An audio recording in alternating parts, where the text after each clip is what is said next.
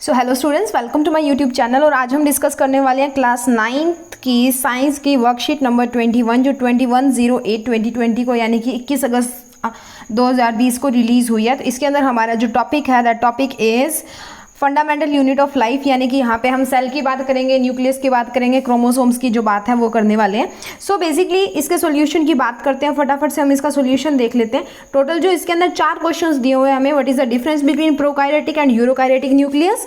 उसके बाद में हमें दिया फुल फॉर्म ऑफ डीएनए और RNA, where is DNA found in a cell and what is the number of chromosomes in human beings and what are genes and where are they located is the question number 3 and last question है write any two functions of nucleus। ठीक है, आपको काफ़ी सारे मैं detail में करवाऊंगी ये सारे जो क्वेश्चंस हैं।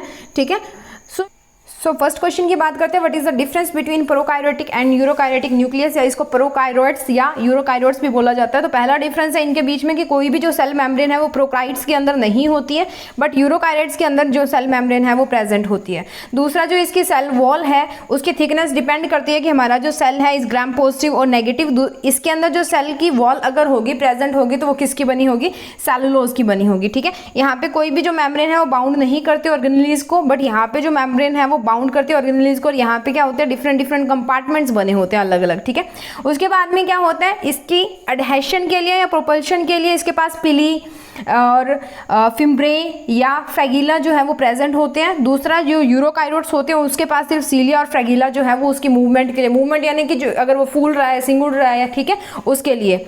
उसके बाद में जो है उसका जो सेल का साइज है वो रेंज करता है 0.5 माइक्रोमीटर से लेके 100 माइक्रोमीटर तक, और यूरोकार्योट्स में जो सेल का साइज है वो रेंज करता है 10 से लेके 150 माइक्रोमीटर तक। तो यहाँ पे जो सेल साइज है वो स्मॉलर होता है और यहाँ पे जो सेल साइज है वो ग्रेटर होता है। ठीक है, next moving on to the second question, what is the full form of DNA and RNA, where is DNA found in a cell. So basically DNA की फुल फॉर्म होती है हमारे पास डीऑक्सीराइबोन्यूक्लिक एसिड और आरएनए की full form होती है ribonucleic acid. तो ह्यूमन सेल्स के अंदर जो most of the DNA found in the compartment within the cells called nucleus, nucleus के अंदर पाया जाता है। It is also known as nuclear DNA, जो न्यूक्लियस के अंदर पाया जाता है उसको न्यूक्लियर डीएनए बोला जाता है। इसके अलावा स्मॉल अमाउंट ऑफ डीएनए जो है वो ह्यूमंस के अंदर और कुछ और कॉम्प्लेक्स ऑर्गेनिजम्स के अंदर माइट्रोकॉन्ड्रिया के अंदर भी पाया जाता है और इसको माइट्रोकॉन्ड्रियल डीएनए यानी कि एमटीडीएनए भी बोला जाता है। ठीक है, नेक्स्ट बात करते हैं, what is the number of chromosomes in human being and what are genes and where are they located. ठीक है, तो नंबर ऑफ क्रोमोसोम्स जो है वो हमारे जो ह्यूमन बीइंग होता है, नॉर्मल ह्यूमन बीइंग, उसके अंदर 46 क्रोमोसोम्स जो है वो पाए जाते हैं। ठीक है, उसके बाद में जो है genes are the units of heredity that are passed from one parent to the offspring. Genes क्या होती है, यूनिट्स होती है हेरिडिटी की, यानी कि एक पीढ़ी से दूसरी पीढ़ी में जो गुणों का ट्रांसफर होता है, गुणों का लेन देन होता है, जैसे आंखें कैसी है, शक्ल में कान मिलना, बालों का रंग मिलना, हाइट का, ये चीज़ें जो होती है ये जीन्स के कारण होती है। Determine the characteristics of the offspring, they are distinct sequence of nucleotides that form the part of chromosomes. The genes are found present in almost every single cells nucleus and they are composed of DNA strands. हर एक single cell जो होता है nucleus के उसके अंदर पाई जाती है और DNA strands की बनी होती है।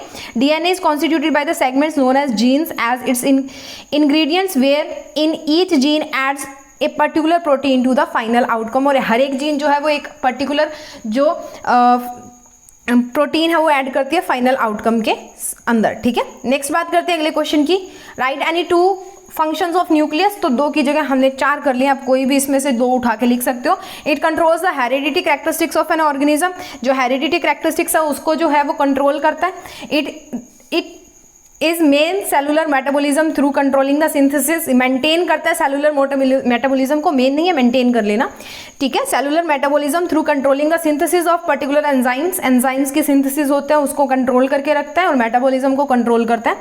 It is responsible for protein synthesis, cell division, growth and differentiation in processes के लिए ये रिस्पॉन्सिबल होता है। इसके अलावा stores heredity materials in the form of deoxyribonucleic acid, यानी कि ये डीएनए को भी स्टोर करके रखता है। तो टोटल हमने 4 किए। So this is all about the worksheet number 21 for class 9 in English medium.